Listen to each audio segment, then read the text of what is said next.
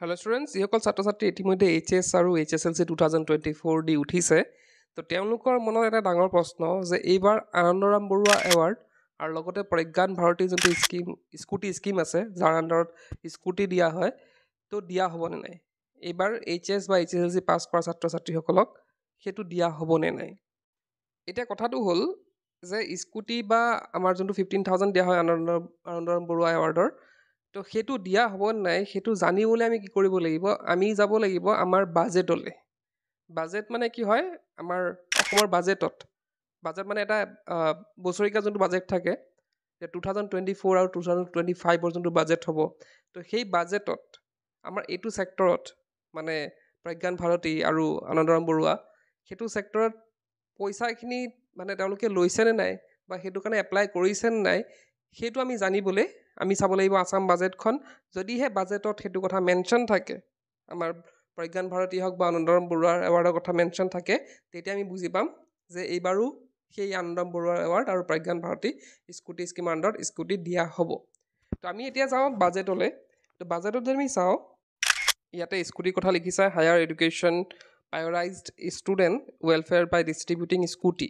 তো এইখিনিলৈকে হ'ল। এতিয়া আমি যদি নেক্সট চাওঁ, তো ইয়াতো চোৱা তোমালোকে receiving the Anandaram Barua cash award for securing 75% and above marks in the HSLC examination. তো এইখিনি লিখা আছে আনন্দৰাম বৰুৱাৰ কথা। তো ইয়াতে কি কৰিছে, এইখিনি মানে লাষ্ট ইয়েৰ এনেকৈ দিয়া হৈছে, এইখিনি কথা লিখা আছে। তো ইয়াতে চাবা তোমালোকে, আই হিয়াৰ বাই প্ৰপ'জ টু এল'কেট ৰুপিজ ইমান দিয়া হৈ আছে কৰ'ৰ টু দিছ ডিপাৰ্টমেণ্ট। মানে এইদৰে লিখা আছে যে এইখিনি বস্তু যে স্কুটি দিয়া হৈছে মানে যোৱা বছৰ, আকৌ আমাৰ আনন্দৰাম বৰুৱা এৱাৰ্ডো দিয়া হৈছে। গতিকে এইটো ডিপাৰ্টমেণ্টত অহা বছৰলৈ মানে নেক্সট একাডেমিক ইয়েৰত বা নেক্সট আমাৰ মানে বাজেট ইয়েৰত আমি এইখিনি দিবৰ কাৰণে আমাক কিমান লাগে, ইয়াত কি লিখিছে চোৱা, 16,658.29 কৰ'ৰ টকা লাগে আমাৰ এইখিনি আকৌ আকৌ দিবলৈ, আকৌ নেক্সট আমাৰ বাজেটত এইখিনি ধৰি দিব লাগে, যাতে আমি কি কৰিব পাৰোঁ, স্কুটি বা আমাৰ আনন্দৰাম বৰুৱা এৱাৰ্ড দিব পাৰোঁ। তো ইয়াৰ পৰা আমি বুজিব পাৰোঁ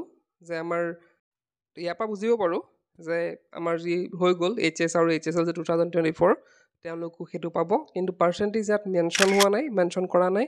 হয়তো একেই থাকিব। আমাৰ স্কুটিৰ আছিল কিমান, 60% ছোৱালীৰ কাৰণে, 75% ল'ৰাৰ কাৰণে, আৰু আনন্দৰাম বৰুৱাৰ ক্ষেত্ৰত আছিল আমাৰ কিমান, 75% আছিল সকলোৰে বাবে। তো এইখিনি হয়তো একে থাকিব কণ্ডিশ্যন, একো যিহেতু মেনশ্যন হোৱা নাই, আৰু আগন্তুক সময়ত আমি গম পাম কি হ'ব ৰিজাল্টৰ পিছত, আৰু ভালদৰে আমি জানিব পাৰিম। তো এইখিনি আছিল আজিৰ ভিডিঅ'টো ক'বলগীয়া। আজিৰ ভিডিঅ'তে শেষ কৰিলোঁ। কিপ ৱাচিং, ইউ কেন লাৰ্ণ।